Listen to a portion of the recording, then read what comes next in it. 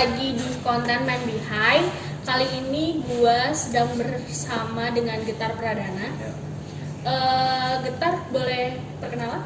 Oke, nama gue Getar Pradana. Gue dari mahasiswa Universitas Mercu Buana, jurusan DKV. Wow, ya.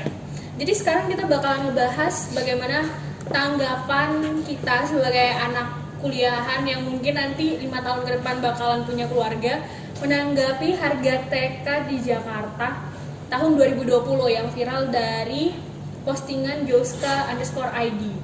Di situ ada tertulis uang pangkal, misalnya contohnya uang pangkal TK Al-Azhar Blok M, uang pangkalnya sekitar 22 juta, SPP bulanannya 1.250.000, belum dikalikan dengan 12 bulan gitu. Nah, sekarang saya bersama dengan Getar akan membahas bagaimana perspektif kita untuk menanggapi SPP TK yang cukup menakjubkan ini ya, harganya gitu. Kalau menurut Getar, langsung aja ya, perlu nggak sih anak itu di TK kan? Perlu, karena yang pertama kalau anak itu harus dilatih dulu secara komunikasi dengan anak-anak lain, dengan teman-teman. Kan kalau anak itu dapat bersosialisasi dengan teman-temannya gitu. Terus bisa dapat pendidikan lebih. Kadang kan anak TK itu kan sekarang udah bisa, masih TK tapi bisa menulis, bisa baca, karena dari pendidikan dari TK yang langsung. Jadi ada feedback positifnya lah dari pendidikan TK. Terus kalau misalnya ini kan dengan harga segini tuh, jadi orang tua itu butuh bakalan dapatin keuntungan yang lebih nggak sih kalau misalnya nyekolahkan anaknya di TK yang mahal gitu? Kalau Ya, menurut lo? bisa jadi sih kalau dapat keuntungan bagi orang tuanya kan, karena kan kayak sekarang kan orang tua tuh banyak sibuk karena kerja gitu. Jadi anaknya kan kadang nggak kurus bagaimana. Jadi kalau dengan masukin TK, jadi anaknya bisa lebih kurus aja sih. Jadi kayak anak itu bisa belajar lebih. Iya, belajar lagi lebih ya? lagi, dan ya biar gampang bersosialisasi aja sama yang lain.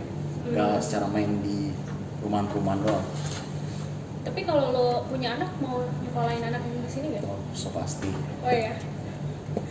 Karena Ya, karena anak itu butuh pendidikan lebih. Ya dari TK kan bisa membentuk sosialisasinya kan penting juga. Nggak mungkin anak tuh langsung SD gitu kan. Jadi gimana kan? Tapi Kadang lu TK anak nggak sih? TK dong. iya. Iya. Gue TK nggak ya? Lupa gue. Ayo. Nggak TK lu kayaknya mah. Jadi kan misalnya nih, ada juga orang yang bilang kalau misalnya anak itu misalnya kalau misalnya disekolahkan dari umur 1 tahun tuh PAUD atau apa kan, terus ada yang bilang gimana sih anaknya masih kecil terus sudah disekolahin, kelihatan banget orang tuanya nggak mau ngajarin gitu kan. Nah, menurut lo itu gimana? Ya nggak apa-apa buat melatih mental anaknya sebenarnya. Kan kadang kalau di 1 tahun itu kan perlu banget tuh sosialisasi sama yang lain. Kalau masalah orang tuanya yang dididik langsung, gimana ya? Karena orang tuanya kan nggak semaksimal yang diajarkan guru-guru. Karena guru-guru PAUD, guru-guru dari sekolah PAUD apa TK gitu, dia otomatis kan ada pendidikannya seperti ngajarin anak. Nggak mungkin dia langsung dari sama-sama TK, dia nggak mungkin kan. Dia pasti ada pendidikan PAUD. Jadi ada strategi gimana mengajarin anak, gimana terus cara tanggapin anak supaya dia berkembang otaknya lebih cepat. Ada juga teknik-tekniknya. Tapi kalau misalnya untuk anak yang 1 tahun yang bahkan dia belum tahu apa-apa, kalau misalnya dia diajarin terus disuruh sekolah, mungkin agak sedikit tertekan ya mereka. Tertekan sih awalnya sih, pasti kalau udah lama-lama kebiasaan. Jadi biasa aja gitu. Jadi kayak dia punya keluarganya sendiri. Kan maksudnya keluarga di rumah ada, terus temannya ada juga. Iya sih. Dan kalau orang tua kan kebanyakan biasanya kan nggak tahu, biasanya dia nikah apa terus kan nggak tahu cara menanggapi anak, apalagi kalau dia baru nih, terus nggak dapat kayak pendidikan ke cara ngajarin anak. Pasti dia nggak tahu kan 1 tahun ngajarin anaknya kayak gimana. Kalau kayak guru-guru PAUD, guru-guru TK gitu kan pasti otomatis dia udah belajar dari kuliahnya juga, pasti ada kan sarjana PAUD gitu kan. Pasti dia tahu cara mendidik anak lebih baik, terus cara bersosialisasi dengan anak kecil, ngajarin anak kecil dari umur 1 tahun tuh pasti ada strateginya sendiri gitu. Kayak gitu sih. Tapi kalau misalnya lo ngeliat sekarang tuh kan orang-orang udah pada krisis mental, bully apa segala macam, banyak kasus-kasus yang kayak misalnya terjadi di sekolah SD atau gimana, itu gimana sih lo menanggapi kalau misalnya even lo ntar jadi orang tua gitu? Kan dulu gue cerita dulu ke belakang ya. Dulu gue pernah sekolah dulu di salah satu sekolah yang di daerah, dan di sana tuh bullyingnya tuh paling tinggi. Jadi ketika gue tinggal kelas dulu pas kelas 6 ya, tinggal Oh, kelas, tinggal ya kelas. pindah ke swasta, dan itu gue habis dibully karena tuh perkumpulan khusus anak-anak tinggal kelas. Oh, Jadi gue hampir mau dihajar apa gimana. Itu sebenarnya ngelatih mental sih. Makin kesini gue jadi makin ngerti. Oh, karena dunia itu mah keras, maksudnya bukan dunia itu kayak udahlah gitu-gitu aja gitu. Tapi lu menemukan dunia baru karena bully juga sih. Tapi bully itu efeknya kalau lu nggak bisa membuka pikiran lu lebih luas lagi, lu ngerasa tertekan. Tapi kalau lama-lama mental lu ya udah biasa aja gitu bully. Jadi ya gitu.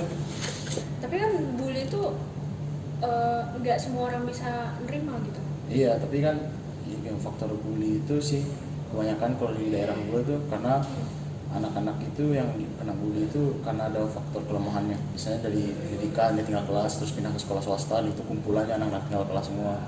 Terus yang satu lagi itu kayak kurang perhatian dari orang tua. Terus jadi dia kayak aneh gitu kan, aneh pas di bergaul sama teman, aneh jadi kena bully sama temannya.